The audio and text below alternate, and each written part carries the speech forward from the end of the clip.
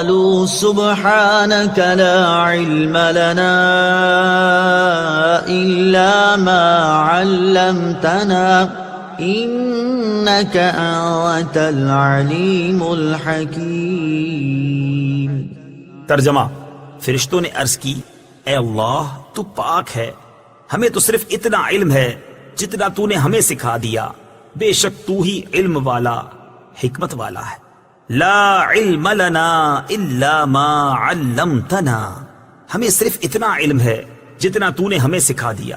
تفسیر صراط الجنان میں ہے، حضرت آدم علیہ السلام کے علمی فضل و کمال کو دیکھ کر فرشتوں نے بارگاہ الہی میں اپنے عجز کا اعتراف کیا اور اس بات کا اظہار کیا کہ ان کا سوال اعتراض کرنے کے لیے نہ تھا بلکہ حکمت معلوم کرنے کے لیے تھا، اور اب انہیں انسان کی فضیلت اور اس کی پیدائش کی حکمت معلوم ہو گئی جس کو وہ پہلے نہ جانتے تھے۔ اس آیت سے انسان کی شرافت اور علم کی فضیلت ثابت ہوتی ہے، اور یہ بھی کہ اللہ تعالیٰ کی طرف تعلیم کی نسبت کرنا صحیح ہے، اگرچہ اس کو معلم نہ کہا جائے گا کیونکہ معلم پیشہ ور تعلیم دینے والے کو کہتے ہیں۔ قال يا آدم أنبئهم بأسمائهم فلما أنبأهم بأسمائهم قال ألم أقل لكم إني أعلم غيب السماوات والأرض إني أعلم غيب السماوات والأرض وأعلم ما تبدون وما كنتم تكتمون۔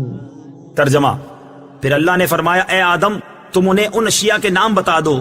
تو جب آدم نے انہیں ان اشیاء کے نام بتا دیے تو اللہ نے فرمایا، اے فرشتوں کیا میں نے تمہیں نہ کہا تھا کہ میں آسمانوں اور زمین کی تمام چھپی چیزیں جانتا ہوں، اور میں جانتا ہوں جو کچھ تم ظاہر کرتے اور جو کچھ تم چھپاتے ہو۔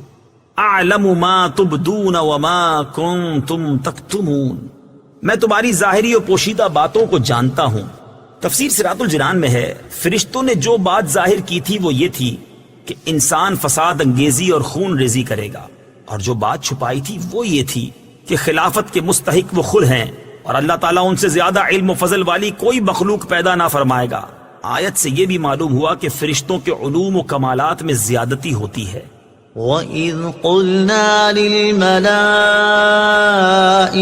اسْجُدُوا لِآدَمَ فَسَجَدُوا إِلَّا إِبْلِيسَ أَبَى وَاسْتَكْبَرَ وَكَانَ مِنَ الْكَافِرِينَ۔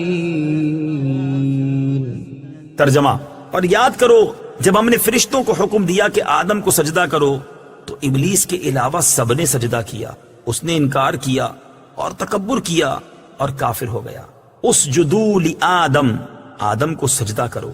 تفسیر صراط الجنان میں ہے، اللہ تعالیٰ نے حضرت آدم علیہ السلام کو تمام موجودات کا نمونہ اور عالم روحانی اور جسمانی کا مجموعہ بنایا اور فرشتوں کے لیے حصول کمالات کا وسیلہ بنایا، تو انہیں حکم فرمایا کہ حضرت آدم علیہ السلام کو سجدہ کریں، کیونکہ اس میں حضرت آدم علیہ السلام کی فضیلت کا اعتراف اور اپنے مقولہ اتجعل فیہا کی معذرت بھی ہے۔ بہرحال تمام فرشتوں کو سجدے کا حکم دیا گیا اور ملائکہ مقربین سمیت تمام فرشتوں نے سجدہ کیا، لیکن شیطان نے سجدہ کرنے سے انکار کر دیا اور تکبر کے طور پر یہ سمجھتا رہا کہ وہ حضرت آدم علیہ السلام سے افضل ہے، اور اس جیسے انتہائی عبادت گزار فرشتوں کے استاد اور مقرب بارگاہ الہی کو سجدے کا حکم دینا حکمت کے خلاف ہے۔ اپنے اس باطل عقیدے، حکم الہی سے انکار اور تعظیم نبی سے تکبر کی وجہ سے وہ کافر ہو گیا۔ حضرت آدم علیہ السلام اور ابلیس کا واقعہ قرآن پاک کی 7 سورتوں میں بیان کیا گیا ہے۔ سجدہ سے متعلق چند شرعی احکام اس آیت میں سجدے کا ذکر ہے، اس مناسبت سے یہاں سجدے سے متعلق چند احکام بیان کیے جاتے ہیں۔ نمبر 1، سجدے کی 2 قسمیں ہیں، عبادت کا سجدہ، تعظیم کا سجدہ۔ عبادت کا سجدہ کسی کو معبود سمجھ کر کیا جاتا ہے، اور تعظیم کا سجدہ وہ ہوتا ہے جس سے مسجود یعنی جسے سجدہ کیا جائے اس کی تعظیم مقصود ہوتی ہے۔ نمبر 2، یہ قطعی عقیدہ ہے کہ سجدہ عبادت اللہ تعالیٰ کے لیے خاص ہے، کسی اور کے لیے نہیں ہو سکتا اور نہ کسی شریعت میں کبھی جائز ہوا۔ نمبر 3، فرشتوں نے حضرت آدم علیہ السلام کو تعظیمی سجدہ کیا تھا، اور وہ باقاعدہ پیشانی زمین پر رکھنے کی صورت میں تھا، صرف سر جھکانا نہ تھا۔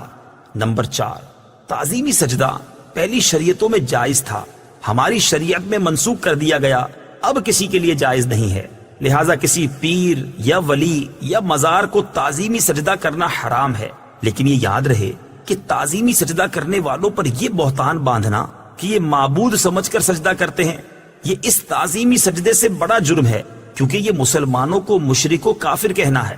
اعلیٰ حضرت امام احمد رضا خان علیہ رحمت الرحمان نے غیر اللہ کو تعظیمی سجدہ کرنے کے حرام ہونے پر ایک عظیم کتاب لکھی ہے جس کا نام ہے الزبدۃ الزکیہ فی تحریم سجود التحیہ، سجدہ تعظیمی کی حرمت کا بیان۔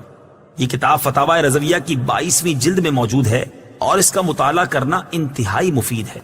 تکبر کی مذمت۔ اس واقعے سے معلوم ہوا کہ تکبر ایسا خطرناک عمل ہے کہ یہ بعض اوقات بندے کو کفر تک پہنچا دیتا ہے، اس لیے ہر مسلمان کو چاہیے کہ وہ تکبر کرنے سے بچے۔ حضرت عبداللہ ابن مسعود رضی اللہ تعالی عنہ سے روایت ہے، نبی کریم صلی اللہ تعالی علیہ وسلم نے ارشاد فرمایا، تکبر حق کی مخالفت کرنے اور لوگوں کو حقیر جاننے کا نام ہے۔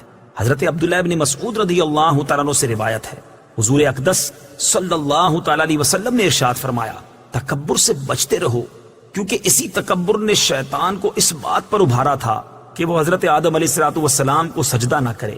ترمذی شریف کی حدیث ہے۔